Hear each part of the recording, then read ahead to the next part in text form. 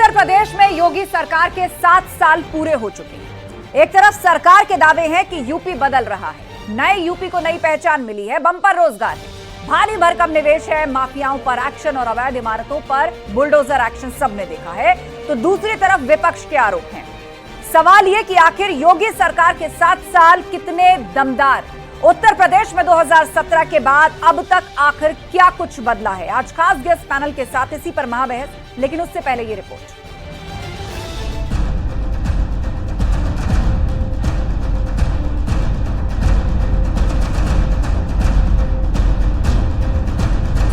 योगी सरकार 7 साल कितने दमदार। 7 साल से योगी जी के नेतृत्व में उसे और गति मिली है। यहां के लोगों ने माफिया राज और कट्टरपंथ के खतरों को भी देखा है और अब यहां की जनता कानून का राज भी देख रही है। 7 साल सरकार का दावा वर्सेस विपक्ष के आरोप। अपराधीकरण हरगिज नहीं होने देंगे। अपने नौजवानों के भविष्य के साथ खिलवाड़ किसी को नहीं करने देंगे। जो भी हमारे नौजवानों के भविष्य के साथ खिलवाड़ करेगा उसको इसकी कीमत चुकानी पड़ेगी। माफिया पर कमर तोड़ प्रहार कितना असरदार। पक्षपात रहित हिंदू हो मुसलमान हो आवाज सबको दे रहे हैं, शौचालय सबको दे रहे हैं, राशन सबको दे रहे हैं। यह सरकार सबके लिए है। योगी सरकार का नया यूपी वर्सेस विपक्षी वार। आप सोच सकते हैं कस्टोडियल डेथ हो रही हो, जो लोग विश्व गुरु बनाने का संकल्प लेते हो, विकसित भारत को बनाने का सपना लेते हो, वहाँ कस्टोडियल डेथ में वो प्रदेश नंबर 1 हो। उत्तर प्रदेश 17 से पहले वर्सेस 17 के बाद। जो नौजवानों पर जुल्म हो रहा है, रोजगार नौजवानों को नहीं दिया जा रहा है, बार बार भर्तियों की रिक्तियां का एडवर्टीजमेंट होता है, बार बार पेपर लीक होता है, क्योंकि सरकार रोजगार देना नहीं चाहती।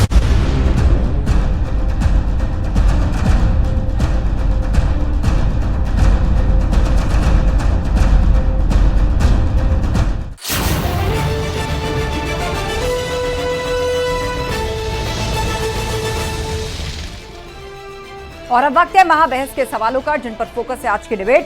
तो वो सवाल आपके सामने जो हमारे गेस्ट पैनल के आगे रखे जाएंगे। सवाल नंबर 1, योगी सरकार 7 साल कितने दमदार। सरकार ने इन 7 सालों में न्यू यूपी के लिए क्या कुछ किया है, केंद्र की योजनाएं कितनी धरातल पर उतारी और उत्तर प्रदेश को कैसे एक नई पहचान मिली अलग अलग क्षेत्र में। माफिया पर कमर तोड़ वार कितना असरदार। उत्तर प्रदेश जिसका नाम अक्सर बड़ी घटनाओं और क्राइम के लिए लिया जाता था, माफियागिरी दबंगई यहां पर हावी थी। सरकार ने जो माफियाओं पर कमर तोड़ वार किए हैं वो कितने असरदार साबित हुए हैं। जनता क्या सोचती है। यूपी कितना बदला 17 से पहले वर्सेस 17 के बाद, यानी जब से बीजेपी सरकार योगी सरकार आई 2017 में, तब से लेकर और उसके बाद तक अभी 2024 7 साल पूरे हो चुके हैं। कितना बदल गया है यूपी। चर्चा के लिए हमारे साथ मोहसिन रजा जी हैं, नेता बीजेपी। हमारे साथ अनुराग भदौरिया जी हैं, सपा प्रवक्ता। इकबाल अहमद जी हैं, कांग्रेस के नेता। ज्ञानेश श्रीवास्तव जी, वरिष्ठ पत्रकार। सौरभ दुबे जी, राजनीतिक विश्लेषक। आप सभी मेहमानों का बहुत बहुत स्वागत है।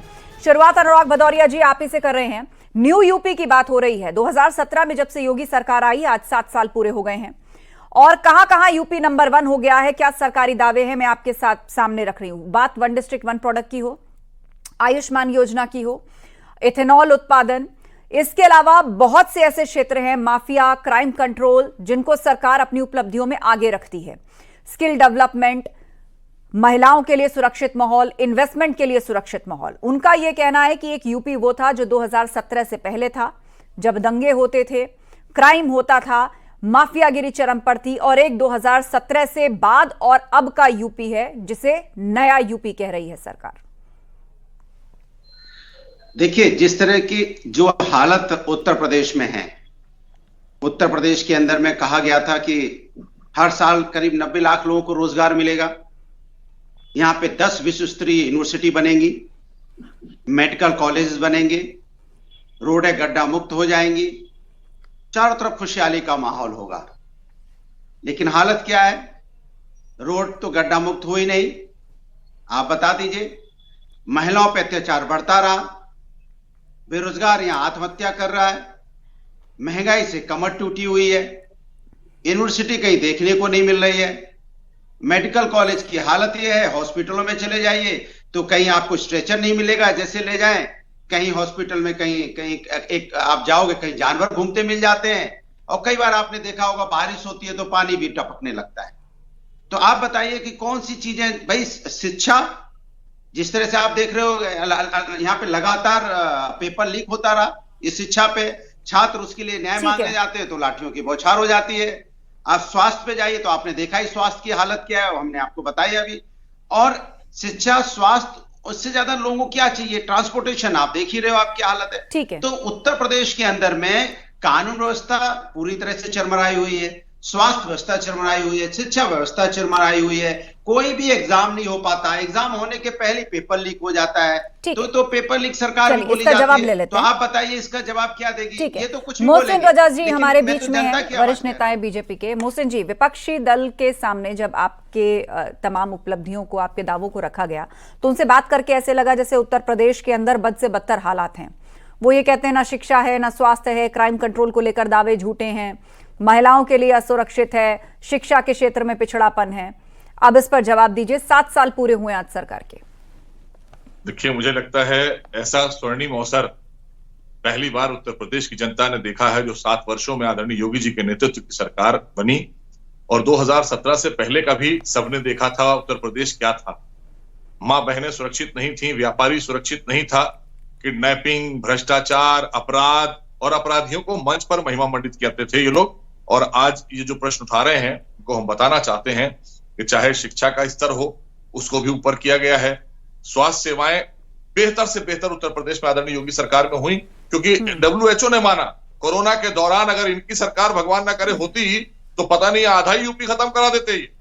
तो ये तो अपने आप में देखा कि मुखिया कोरोना होने के बाद भी घर घर जाकर लोगों की चिंता कर रहा था, ऐसा योगी और ऐसा कर्म योगी। ये तो घर के अंदर बंद बैठे थे, लंदन और अमेरिका भाग रहे थे ये लोग, ये कोई सामने नहीं आना चाहते थे। अपराधियों के ऊपर अंकुश लगाया, आज अपराध मुक्त हुआ है, उसका परिणाम है ग्लोबल इन्वेस्टर समिट जो दूसरी में आया। आपको जवाब देना है तो मैं आपको समय अनुराग जी, अनुराग हमारे भाई हैं, अच्छा बताइए हमारे भाई हैं, बोलिएगा आने जाने का कोविड काल में तो यहाँ से अपने घर से तो आप चौराहे नहीं जा पा रहे थे। अनुराग जी, आपको अनइंटरप्टेड 1 मिनट दिया गया, अब उनको बोलने दीजिए। बोलिए मोहसिन जी। उनको बोलने दे रहा हूँ, मैंने हास्यास्पद बात बोली तो अपराधियों पर जिस तरह से लगाम लगाई, ये साहस होना चाहिए एक मुखिया के अंदर। ये लोग तो अपराधियों से साठगांठ कर लेते थे सरकार बनाने के लिए। ठीक है। हमारे मुखिया ने कंप्रोमाइज नहीं किया, उत्तर प्रदेश की 24 करोड़ जनता के लिए अपराधियों को जेल के पीछे फेंका, और जो दुर्दांत अपराधी थे जिन्होंने पुलिस के साथ इनकाउंटर किया वो मारे गए। ऐसा नहीं है। आज उत्तर प्रदेश का वातावरण, आज जो 30-34 लाख करोड़ के MOU साइन हुए हैं, उससे कितने लाख लोगों को रोजगार सर्जित हो रहे हैं। ठीक है मोहसिन जी। अनुराग जी काउंटर करना चाहते हैं।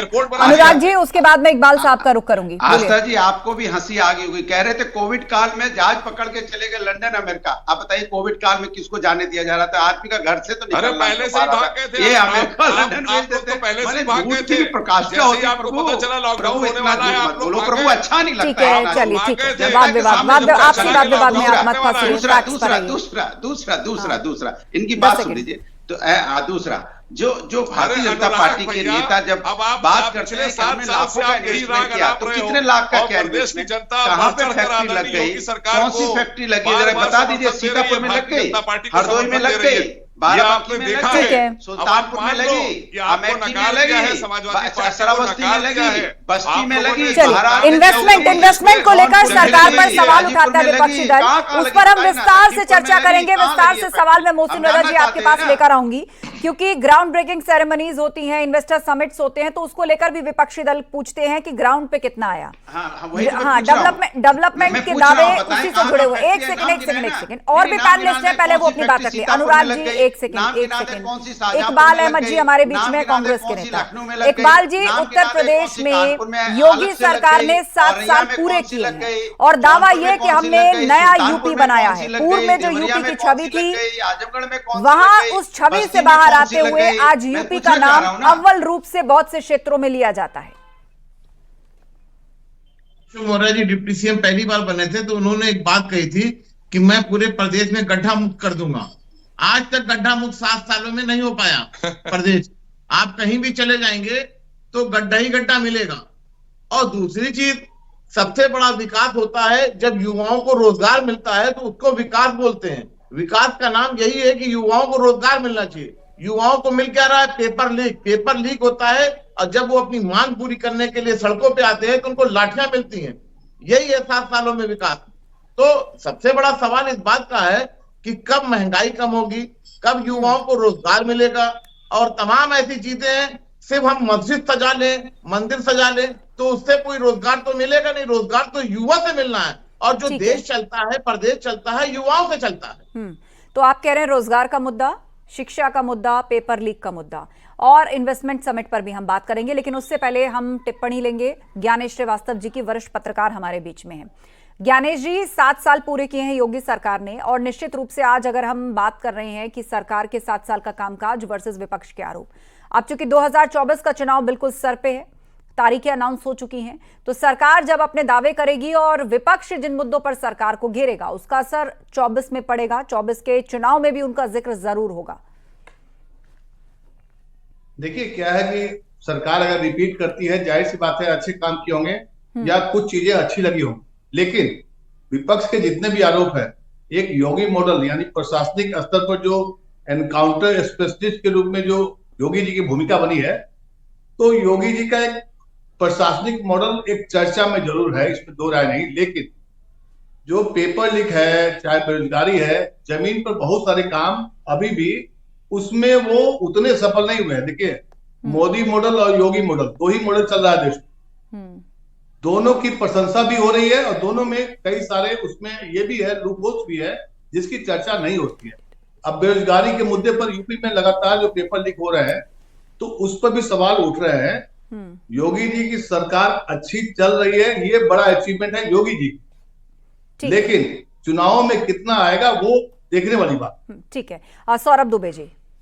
देखिए, मुझे लगता है उत्तर प्रदेश जो है वो बिल्कुल उत्तम प्रदेश की राह पर बिल्कुल चल रहा है। इस पिछले की सरकारों ने भी काम किया होगा, लेकिन जिस प्रकार से बहुत तेजी के साथ जो चाहे वो आपका जो है सामाजिक रूप से कार्य हो, आर्थिक रूप से और चाहे सुरक्षा की दृष्टि से हो, हर तरह से प्रदेश के अंदर जो है जितनी तेज गति से कार्य चल रहा है, तो वो कहीं ना कहीं ये दर्शाता है कि नरेंद्र मोदी प्रधानमंत्री के नेतृत्व के बाद जो योगी सरकार है उत्तर प्रदेश के अंदर, वो जो भी अपना जो उसका संकल्प है जनता को लेकर के, वो कहीं ना कहीं पूरा करने का एक प्रयास कर रही है। दूसरी चीज की जिस प्रकार से देखिए, बहुत सारी कानून व्यवस्थाएं पहले ऐसी थी कि उसको दुरुस्त करने में कुछ ना कुछ समय लगता है। मुझे लगता है कि जिस प्रकार से योगी जी का जो है वो सबसे ज्यादा फोकस जो है वो सुरक्षा पर था। सबसे ज्यादा फोकस ये था कि भूमाफिया जो है जमीन हड़प लेते थे, सबसे पहले उनको छुटकारा। आज आप पूरी नोएडा में देख रहे हैं कितनी सारी फैक्ट्रियां लगी हुई हैं और इसका साक्षात उदाहरण नितिन गडकरी जी का वर्तमान का बयान है। नितिन गडकरी जी ने कहा जो उत्तर प्रदेश के लोग पहले महाराष्ट्र में आते थे, अब वो न जाने क्यों महाराष्ट्र में आना कम कर दिया।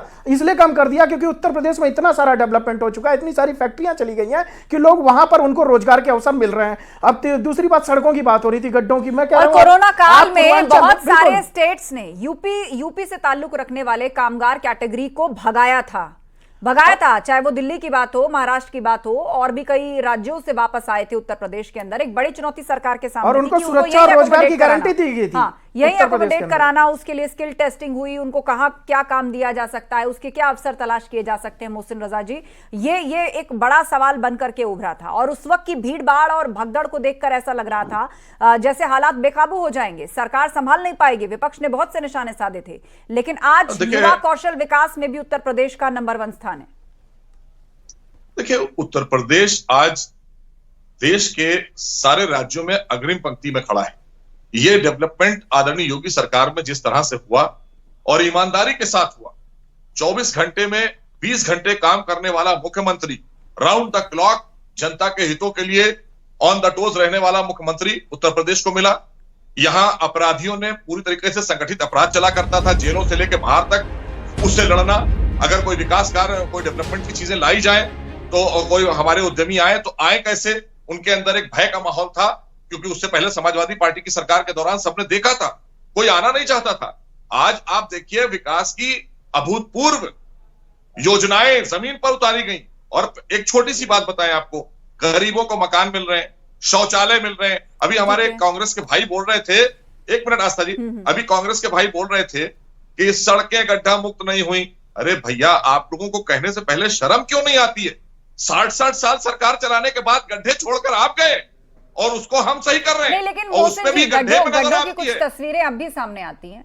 अरे मैं क्या कह रहा हूँ, अरे भैया, गड्ढा तो पूरे अंधकार में डुबोकर तो यही लोग गए, चाहे समाजवादी पार्टी हो, कांग्रेस हो, बहुजन समाज पार्टी हो, भ्रष्टाचार की पराकाष्ठा करी। इनके तो प्रधानमंत्री कहते थे हम 1 रुपया भेजते हैं, 85 पैसे 85 पैसे रास्ते में खर्चा हो जाते हैं। बात हुई, आप बेशक आज के दौर में भी उसको कोट करते हैं, लेकिन सड़कों की अगर हम बात करें या जिक्र करें तो कई बार टारगेट दिया जा चुका है कि 1 महीने के अंदर ठीक हो जाएंगी सड़कें, 2 महीने के अंदर ठीक हो जाएंगी, लेकिन फिर भी तस्वीरें आती हैं कि नई बनी बनाई सड़क पे बड़ा सा गड्ढा हो गया, बारिश हुई, एक्सप्रेसवे की बात करते हैं, खाई बन गई लखनऊ की सड़क पे, बनाकर जनता को समर्पित कर दिए। मैं बोलूं जी, देखिए अब हालत ये हो गई है भारतीय जनता पार्टी की। मैं तो अब दूसरे जिले की बात क्या करूं, एक ही एग्जांपल देता हूं। लखनऊ में आप खड़े हो जाइए, जिधर नजर दौड़ाएंगे आस्था जी, आपको समाजवादी का काम नजर आएगा। सुबह उठेंगे, आपको वॉक पे जाना है तो आप लोहिया पार्क जाएंगे, वो भी समाजवादी की देन है। या आप जनेश्वर मिश्रा पार्क जाएंगे, वो भी समाजवादी की देन है। अगर आप थोड़ा दिन ढलेगा, आपको लगेगा थोड़ा बच्चों को घुमा लाएं, तो आप रिवर फ्रंट जाएंगे, बच्चों को दिखाएंगे, वो भी समाजवादी की देन है। अगर मान लो किसी की तबीयत खराब ना हो, अगर कहीं तबीयत खराब हो जाए तो आप कहां जाएंगे? आप रामलोहिया हॉस्पिटल जाएंगे, वो भी समाजवादी की देन है। अगर मान लो बच्चों को खेलना है, इंटरनेशनल गेम खेलना चाहता है तो कहां जाएगा? इंटरनेशनल स्टेडियम जाएगा, तो स्टेडियम देखेगा तो वो भी समाजवादी की देन है। इतना बड़ा स्टेडियम बना हुआ है। अगर उससे भी मन नहीं भरेगा तो सोचेगा कि आपने देखा होगा कि यहाँ पे लखनऊ में लोगों को काम मिले, तो सिनेमा जगत जो बॉलीवुड को हमने सब्सिडी की बात की थी कि जो पिक्चर यहाँ बनाएगा उसको हम करीब 2 करोड़ रुपया सब्सिडी देंगे। आज देखिए 100 पिक्चरों की शूटिंग होती है और लखनऊ में पूरा काम ही काम मिल रहा है। हर लखनऊ को काम है, इतने होटल्स यहाँ बने, आज सारे होटल्स में काम है, सारे गाड़ी वाले के काम है, सारे रेस्टोरेंट चल रहे हैं, सबकी चिकनकारी की बिजनेस चल रही है, क्योंकि यहाँ पे बाहर के लोग शूटिंग करने बहुत आ रहे हैं। ये भी समाजवादी की देन है। तो मेरा सीधा सा सवाल है, अगर कोई दिक्कत हो जाती महिलाओं को तो 1090 पे कॉल करेगी, वो भी समाजवादी की देन है। अगर आपको कोई रात में परेशानी हो जाए तो आप 100 डायल करेंगे, उसको 112 कर दिया। लेकिन सवाल तो यही है समाजवादी की देन है। चुनाव में जनता इस सब पर अपना फैसला सुना चुकी, ये आपके दावे हैं, आप उसको जनता के बीच में ले जा चुके। अरे जनता मुझे जिताएगी, चिंता मत कीजिए। आप बार-बार वही आशा की बीजेपी को बचाने के लिए एक ही मुद्दा जनता। अरे जनता हमारे साथ है। चलिए जवाब सुन लेते हैं मोहसिन जी का। बोले मोहसिन जी। देखिए ऐसा है, इतनी इन्होंने अपनी बातें बताई, इतनी उपलब्धियां गिना दी, ये इनसे पूछिए इससे पहले भय का माहौल था, इन जगहों पर कोई जाना भी पसंद करता था? आज आदरणीय योगी सरकार में सुरक्षा का वातावरण और इनको रिन्यूअल किया गया, आज लगातार इनको और बेहतर बनाया गया। ये सरकारें जो आती हैं वो जनहित के लिए काम करती हैं, खाली अपने लिए काम नहीं करती हैं। आप तो भ्रष्टाचार करके लूट के ले गए थे, हमने बचा हुआ काम भी किया और नई योजनाएं भी दी, और आज सुरक्षा का माहौल है। आस्था जी आप भी आई हैं, कई प्रोग्राम करने के लिए आई हैं, आपने देखा है समाजवादी पार्टी की सरकार के दौरान जब आप आती थी तो किस तरह से मंच के ऊपर अफरा तफरी मच जाती थी, गुंडे चढ़ जाया करते थे। आज कम से कम आप लोग आते हैं, मान सम्मान के साथ में बहनों का हम लोग सेवा सत्कार करते हैं और सब लोग उनकी सुरक्षा को लेकर चिंतित रहते हैं। यह है आदरणीय योगी सरकार। व्यापारी है, संपन्न हो रहा है, नौजवान है, रोजगार पा रहा है, हर तरफ एक माहौल बना हुआ है 7 वर्षों से, और इसी का परिणाम है कि हम प्रचंड बहुमत से दूसरी बार आए हैं। हम इनके रहमो करम पे थोड़ी आए हैं, हम काम करके आए हैं। चलिए अनुराग जी नहीं आप जवाब तो देंगे, लेकिन उससे पहले मेरा एक सवाल, क्या इस बात से भी आप इनकार करेंगे कि जो माफियाओं पर एक्शन हुआ है, एक आम आदमी, एक बेचारा जिसका ये छोटी सी जमीन है उसको हड़प लिया जाता था, औने पौने दाम पर तो खरीद लिया जाता था या कब्जे हो जाते थे, आज वहीं पे सरकारी योजना के तहत घर बनाकर ईडब्ल्यूएस सेक्शन को चाबियां सौंपी जा रही हैं। क्या उससे पहले कभी इस सिचुएशन के बारे में कोई सोच सकता था कि माफियाओं के हलक में हाथ डालकर कब्जाई हुई जमीन बाहर निकाल करके उस पे घर बना के आम लोगों को उसकी चाबी दी जा सकती है? क्या इससे मैसेज नहीं जाता पब्लिक में? अरे सुन लीजिए आस्था जी, मैं आपसे शुरू कर, इन्होंने कहा आस्था जी आप आती थी, आप गुंडे चढ़ जाते थे, आप बताइए मंच पे कब गुंडे चढ़े? आस्था जी आप बता दीजिए, आपके साथ कब समाजवादी पार्टी की सरकार में कोई दुर्व्यवहार हुआ? आप बताइए आस्था जी, मैं आपसे गुंडों की सरकार खत्म हो कब गई। आपके साथ अन्याय हुआ कोई? आप तो आई होंगी यहाँ पे, वर्षों से इन्होंने यही बोला ना कि आप आदरणीय आप भी हर सवाल के जवाब में आप भी हर सवाल के जवाब में शोर एंकर का नाम लेते हैं, वो भी हर सवाल के जवाब में शोर एंकर का नाम लेते हैं, लेकिन जो जनता है जिस शहर में रहती है वहां के माहौल को भांपती है वो जवाब देती है। तो मेरा जो सवाल माफियाओं पर था अनुराग जी, आप उस पर जवाब दीजिए। उसी का तो जवाब दे रहा हूँ ना। इन्होंने बोला कि गुंडे आपके मंच पे चढ़ जाते, मंच पर लेकर जाया, उसी का तो जवाब दे रहा हूँ। मंच की शोभा बढ़ाते थे माफिया लोग। हम तो हर चुनाव में अपने शो की हर चुनाव में अपने शो की कुर्सियां तोड़वाते आए हैं और उसका हर्जाना भरते हुए आए हैं। आप लोग तो मुकर जाते हैं, आप कह देते हैं उनकी पार्टी के कार्यकर्ता थे, वो कह देते हैं आपकी पार्टी के कार्यकर्ता थे। हम तो हर शो में कुर्सियां तोड़वाते आए हैं। तो अभी तो 7 साल से तो भारतीय जनता पार्टी की सरकार चल रही है, तो उनकी सरकार में आपकी कुर्सियां टूट रही, तो आप समझ सकते हो कि कैसा माफिया गुंडा अभी जिंदा है, तभी तो आपकी कुर्सियां टूट रही है। अच्छा, दूसरी बात है, मेरा सीधा सा सवाल है, आपके मंच को सुन लो सर, मेरी बात सुन लो सर। अरे सर, मैंने आपकी बात सुनी, मेरी बात सुनी, मैं तो बिंदुवार आपका जवाब दे रहा हूं। सम्मान दिया जाता है, सम्मानित लोगों को। भाई सुन तो लीजिए प्रभु, अब आप चाहते हैं कि नहीं सुनना तो बात दूसरी है। देखिए, इन्होंने बात की कि रोजगार, उनको बोलने दीजिए 20 सेकंड, और भी पैनलिस्ट हैं हमारे बीच में। मैं बस इतना सा पूछना चाहता हूं, मैं 5-6 डिस्ट्रिक्ट का नाम ले देता हूं, ये बता दे कि वहां कौन सी फैक्ट्री लग गई। आप बताइए शाहजहांपुर में कौन सी नई फैक्ट्री लगी?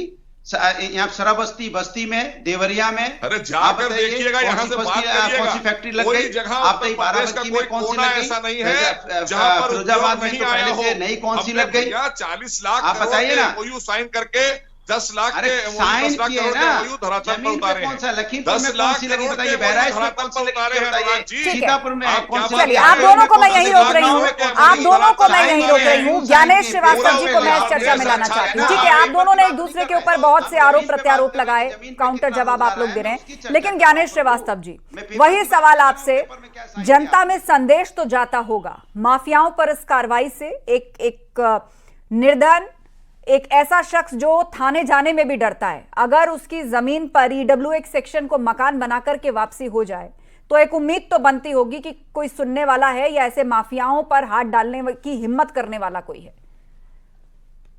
देखिए आस्था, भय को भय से हटाया है योगी ने, लेकिन अभी भी भय बरकरार है, ये नहीं कर सकते हैं। देखिए, मैं बताने की कोशिश कर रहा, 7 साल में योगी जी का जो एक परसेप्शन है कि उनका प्रशासनिक ढांचा ऐसा है कि वो अपराधियों को नेस्तनाबूद कर दे। और सबसे बड़ी बात क्या है, तमाम विपक्ष के आरोप को सुन रहा हूं मैं, एक बात पर योगी जी की प्रशंसा होती है कि वो उन पर करप्शन का कोई चार्ज नहीं लगता।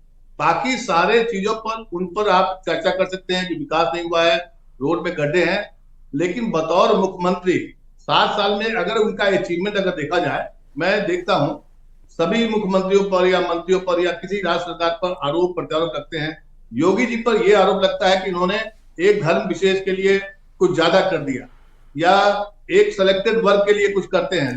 लेकिन ज्ञानेश जी, जब आप देखिए यहाँ पर लाउड स्पीकर उतरवाने की बात आई थी धार्मिक स्थलों से, आप देखिए मुंबई में कितना बवाल हुआ था, महाराष्ट्र में कितने सवाल उठे थे, कर्नाटक में कितना विरोध हुआ था, लेकिन उत्तर प्रदेश में बड़ी शांति से वो काम हो गया और एक साउंड की डेसिबल भी फिक्स करा दी गई। अब देखिए आस्था, शांति से इसलिए होता है कि यहाँ पर इनका जो मॉडल है ना, जबरदस्ती थोपा जाता है, मतलब ये सुनते नहीं है।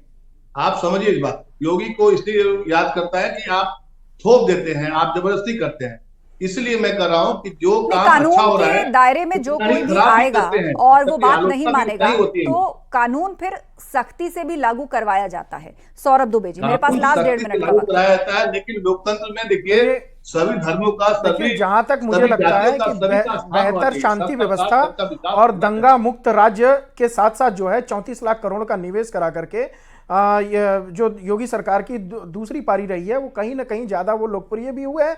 साथ ही साथ जिस प्रकार से आजमगढ़ की सीट आप देखेंगे, जिस प्रकार से रामपुर की सीट देखेंगे, वहां पर भी जो है राजनीतिक रूप से मजबूत हुए हैं योगी सरकार भी मजबूत हुई है और भारतीय जनता पार्टी मजबूत हुई है। तो मेरा मानना यह है कि जिस प्रकार से आप पुराने कानूनों की बात कर रहे हैं, पुराने कानूनों पर लगाम और उसको अच्छे तरीके से, सुचारू तरीके से उत्तर प्रदेश में लागू करवाना, और जितने भी दंगे पहले होते थे, आज वर्तमान में आप एक दंगा नहीं बता सकते कि उत्तर प्रदेश के अंदर एक दंगा हुआ हो। आज वर्तमान में आप ये नहीं बता सकते कि किसी माफिया ने किसी की जमीन छीनी हो। आप ये नहीं बोल सकते कि फलाने जगह जो है हत्याकांड कर दिया, इतना बड़ा हत्याकांड हो गया हो। तो कानून व्यवस्था जो सबसे ज्यादा लचर थी, कमजोर थी, उस पर योगी आदित्यनाथ की सरकार ने बहुत ही मजबूती के साथ कार्य किया। और कहीं ना कहीं 7 साल वाली बात है, 7 साल वाली बात है। अब चुनाव करीब ही है और उत्तर प्रदेश से सबसे ज्यादा 80 लोकसभा सीटें आती हैं, तो जनता तय कर देगी कि ये डबल इंजन की जो सरकार है वो उसके लिए कितनी कारगर साबित रही है नहीं। आप सभी पैनलिस्ट का शुक्रिया चर्चा में शामिल होने के लिए। उत्तर प्रदेश में योगी सरकार के 7 साल पूरे हो चुके हैं। एक तरफ सरकार के दावे हैं, यूपी बदल रहा है, नई यूपी को पहचान मिली है,